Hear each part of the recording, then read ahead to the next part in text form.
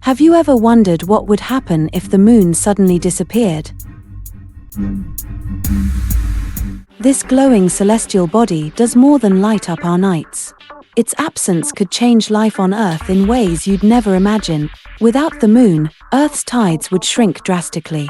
The sun would still create small waves, but no more powerful ocean surges.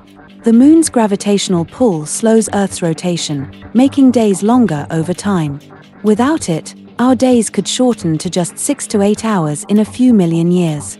Earth's axis, stabilized by the moon, could start wobbling. This could cause erratic climate shifts, from freezing winters to scorching summers. Marine life, especially animals relying on tidal patterns, would struggle to adapt, disrupting the food chain. And let's not forget, the moon has inspired art, music, and human exploration. Its loss would leave a cultural void. The moon is vital for Earth's balance, tides, and even our existence. So, next time you see it glowing in the sky, take a moment to appreciate its impact.